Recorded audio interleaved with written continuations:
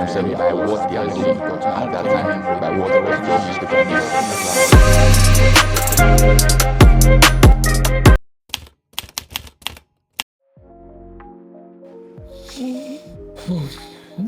Hello, Mr. Destiny. Hello, people. How are you doing? I'm fine, thank you. How are you? I'm good. How have you been? How was your birthday week? So your birthday last week. How was your birthday week? It was okay. But it was fine. I'll say I had fun. Okay. So you are somebody that a lot of people would consider as successful. I mean, in your career and in the other things that you do. But then, if you are asked, what do you define as success? What is success to you? What does success mean to you? Okay, so I think success is one of those buzzy words that we have, especially on the internet, on social media space. A lot of people talk about success, different things, different organizations, different individuals want to be associated with success, So, but for me, I'm going to explain what success is from two different levels. It's just the way I think about success here, and for the context of your question. So, success from the micro level and success from the macro level. So I'm going to explain what they are differently. So when I say success from the micro level, I'm talking about those little achievements that we have on a day-to-day basis, or in a weekly basis, or on a monthly basis, or you can even extend it to yearly basis. For example, maybe I set a goal to work out 3 times in a week, and I was able to do that. I can say that is success, right?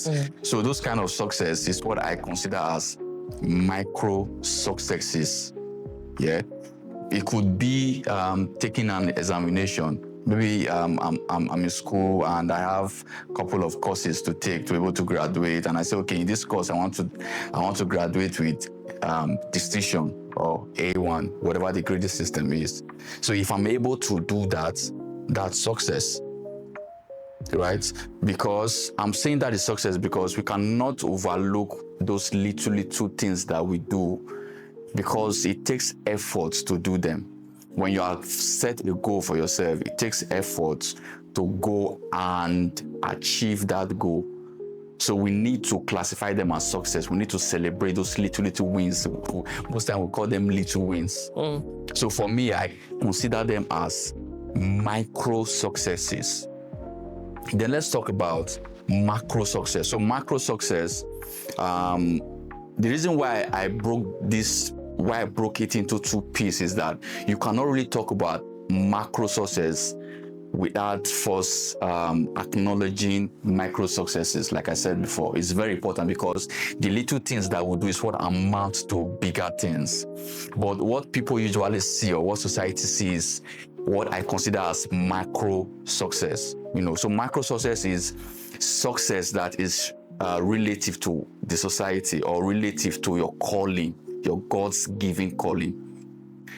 I'll repeat that. Macro success is a success that relates to what society says success is, or what your God-given gifts or purpose is. I'm going to explain that.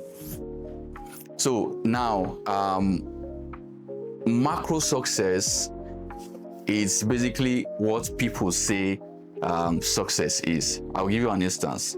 Like I said before, we have individual success, we have organizational success, we have business level success, right?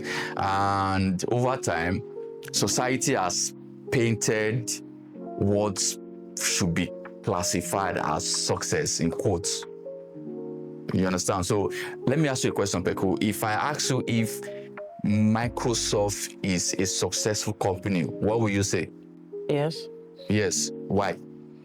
I mean, because they're like, it's a global name, an household name. Everybody knows it, and I feel like they've been able to like achieve whatever targets they had before starting up the company. So yes, I think I'll say it's successful. So you say they are successful. So if I ask you if Dangote is a successful person, what will you say?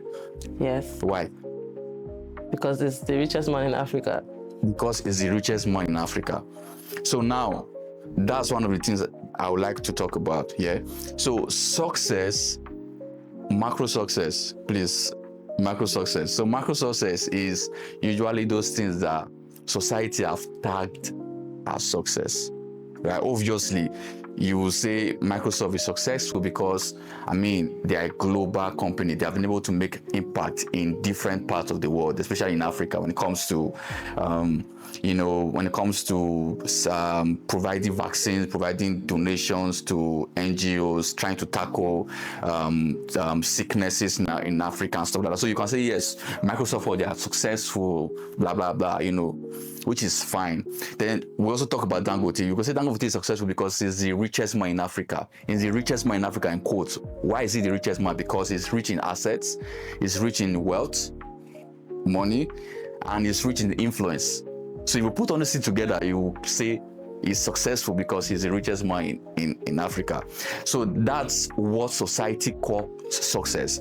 So to people, success is you having, success is different to different people, right?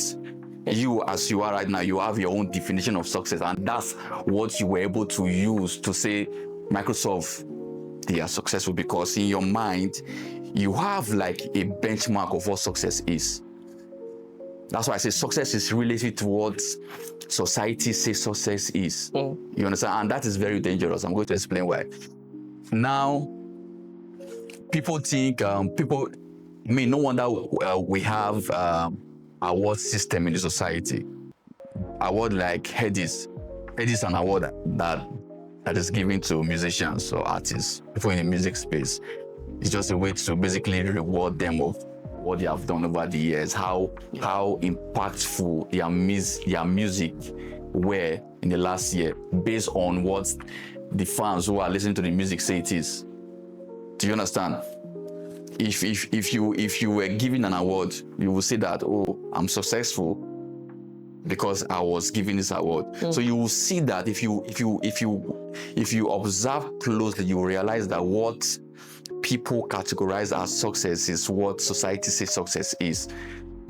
Most time it is around material things. If you have, people will say that if you have a house, you have a nice car, you have a nice job, you are successful in quotes, which is not wrong. So if I ask you now, Pekuda, do you think Destiny Ajakaiye is successful? What would be your response? Yes. Why? Because you're able to live a comfortable life and afford the necessary things that you live. Because I'm able to live a comfortable life and afford basic things. To you, that's success. You're not wrong, right? But I'm trying to explain what success means to me, and I'm trying to touch all these things because it's very important to get context of why I think success should be thought of in this way, right? So I feel that success should be based on what God says success is. Success should be looking at from the perspective of what God says success is. I'll give you an instance. God is a creator, and we are God's creation. Every creator has a purpose for his creation. I'm a creator. I build software products for organizations. Those software are my creation. Whenever I build those products, there's usually a purpose why those products were created. Most time they were created to solve problems X, Y, Z. So if I create those products, at the end of the day, those solutions were unable to solve this problem, will I say those products were successful? No, because they were unable to solve those problems. And that's why it's the same thing with our relationship to God. God created us, He's our creator, we are His creation. God created everybody with a purpose. right?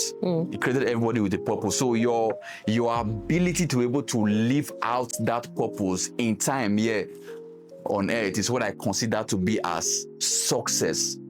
That doesn't mean that when you have money or you have cars, it's not success, but I feel success should be based on how you are able to live out your God-given purpose. Because if we are living on the world temporarily, which means I'm going to return back to my Creator. I'm going to answer to Him one day. So if that day comes, what would I tell Him success was? Oh, I was able to build a house. I was able to buy the latest car in town. I was able to have a successful career. You see that at that level, it will no longer matter. And that's why I believe success should be based on how we are able to live out our God's given purpose while we are on earth. So that means even if I'm not worthy in material items, as a society would say, I don't have a car. Maybe I don't have plenty of money in my bank account. But I'm able to do what God has called me to do successfully while still here. I think that's success for me, regardless of if I don't have money.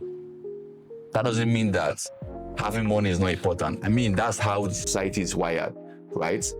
You need those material things to be able to relate to people who also have those material things. So, because society sees people from the lens of what they have.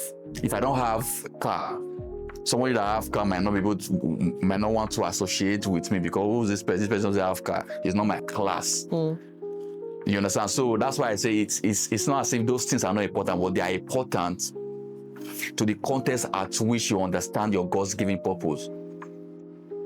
Do you understand? So if I'm to explain what success is to me, success is our ability to be able to achieve our God's given purpose while still living, regardless of our financial status, our financial state. But that doesn't mean that those financial or material things that we have are not important. But when we are defining success, it should be based on what God says success is, based on your own assignment, why He called you and created you and put you into this world. That's what success means to me. Okay. Thank you, Mr. Did I confuse you or did I? No. I think this was a very impactful session. I mean, I've been able to gain a broader understanding of what success should be defined as. So yes. Because it's very important. This same success has put a lot of people into unnecessary pressure. In the light of I want to be successful. You want to be successful. What's your definition of success?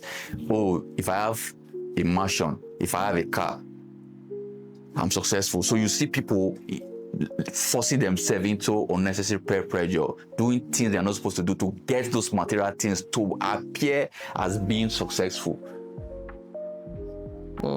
So I can be successful in God's eyes and still be an ordinary person who doesn't have a car, who is still living in a rented apartment, who doesn't have a good job. You understand? But that doesn't mean that those things are not important. I mean, those things are very important. They can also be a tool to achieve your God-given purpose. But when we are defining success, we shouldn't define it based on those things that we have. Because remember, we came to this world without those things. We're going to leave this world without those things as well. So what is important when we talk about success, macro success, is what God says success is as regards to what He has called us to do. That's how I think about success. Thank you, Mr. Destiny. I'm sure that the viewers will now have a different perspective on what success is. I mean, your perspective and your perspective, they both work, but now we know that your perspective is what God says success is. And I mean, that is what everybody should think of success, really. So thank you so much for that. Thank you. And I hope the viewers think that way as well. I'm sure they will. See you in the next session. Thank you. Thank you.